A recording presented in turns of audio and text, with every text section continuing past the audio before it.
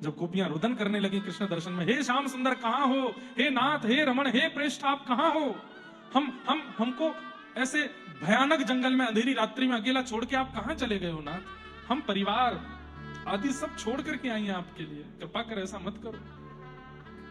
जब रोने लगी गोपियां, बंधुओं रोने का तात्पर्य क्या है? अभिमान युक्त व्यक्ति रुदन नहीं करता। जब अभिमान नष्ट होता है तभी व्यक्ति रोता है। जिसको अभिमान होगा अपने यश का, वैभव का, कीर्ति का, अपने तन का, अपने यौवन का, अपने ज्ञान का, वो कभी रो नहीं सकता। व्यक्ति जब अभिमान शून्य होता है तो नेत्र सजल होते हैं। दीन के नेत्रों में आंसू आते हैं, अभिमानी के नहीं। गोपियों के नेत्र में जब आंसू आए तो इस बात का यह प्रमाण हो गया कि गोपियां अब मान रहित हो गई हैं।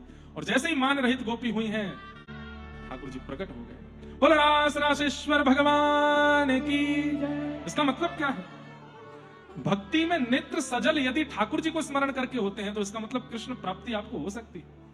अपनी पीड़ा से दुखी होकर रोते हो, अपने कारण किसी काम से दुखी होकर रोते तो नहीं, ठाकुर जी की याद में यदि नेत्र सजल होते हैं ना, इसका मतलब आप मान रहित हो, आप में अभिमान नहीं है।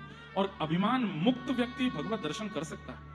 वो व्यक्ति थोड़ा और प्रयास कर ले तो शायद ठाकुर जी उसको दिख सकते हैं, जिसके नेत्र सजल रहते हैं कृष्ण विरह में। गोपियों के बीच ठाकुर जी प्रकट हो गए, कहा अब चिंता नहीं करो, अब हम आपके साथ महाराज करेंगे। और जितनी गोपी थी उतने कृष्ण हो गए।